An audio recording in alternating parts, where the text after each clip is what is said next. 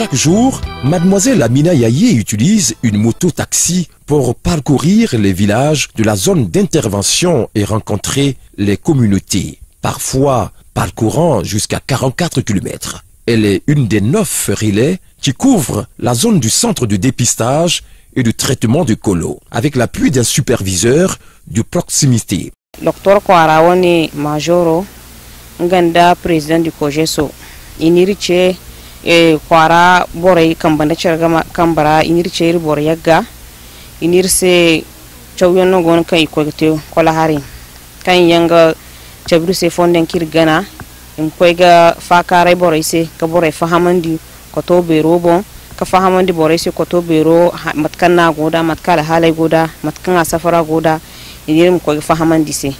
Soy Inir Sambur Boryaga, Ayo Day, Ainoga Hagoide. Bora Hako, Inifei, Fayantachi. Au Niger, le taux d'incidence de la tuberculose est estimé à 102 nouveaux cas pour 100 000 habitants. Mais on note une répartition inégale des cas de tuberculose notifiés par région. Les régions du Maradi et Zender présentent les taux de détection les plus faibles. Parmi les cas de tuberculose dépistés, les femmes ne représentent que 25,17%, soit un ratio de 3 hommes pour une femme. En 2013, le taux de dépistage est inférieur à l'objectif de 70% de l'OMS. Les femmes ne sont pas mobilisées. C'est dans ce cadre-là que nous avons mis en œuvre une approche afin de rendre les projets genre transformateurs et motiver la participation de la gente féminine dans toutes les actions que nous menons dans le cadre de ce projet. Les facteurs socio-économiques, le plus souvent défavorables au dépistage et au traitement, sont la méconnaissance des causes de la tuberculose, la géographie ou l'éloignement des centres de traitement de la tuberculose et le recours aux tradis praticiens. Alhamdulillah,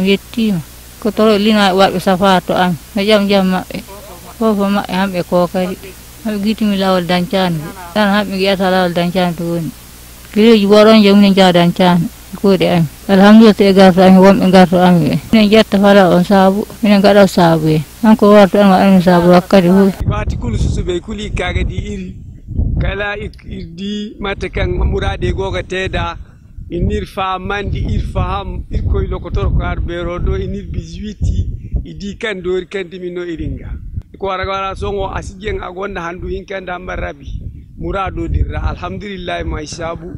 Plan International Niger, en collaboration avec Plan International Canada, a mis en place un projet pilote du plan d'action genre dans les districts sanitaires de Gaïa, Matamei et Kolo. Par cette approche novatrice, les frais de transport des relais ont été augmentés afin qu'ils puissent se déplacer et se rendre dans les villages les plus reculés, afin d'identifier et orienter les cas présumés et enfants constats des villages éloignés.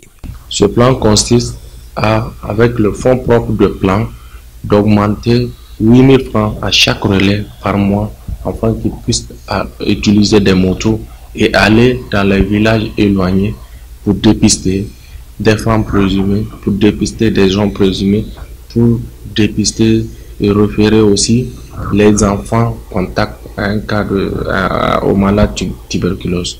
Ainsi, avec l'approche genre dans les activités de mobilisation communautaire, on constate de plus en plus une rupture avec les pratiques et croyances culturelles qui empêchent aux personnes de se faire dépister et de se faire traiter et surtout de prévenir la contamination. Si le taux de dépistage reste encore très faible, à peine 50 cas pour 100 000 habitants, alors qu'il est attendu au moins 93 cas pour 100 000 habitants pour le Niger.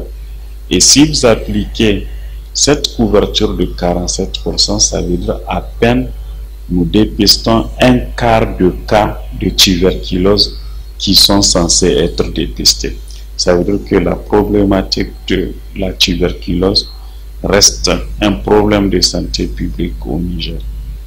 L'approche JAR est une des mesures pour aller encore plus vers ces cas-là, en mobilisant et les femmes et les hommes n'est-ce pas, qui peuvent être victimes de cette maladie.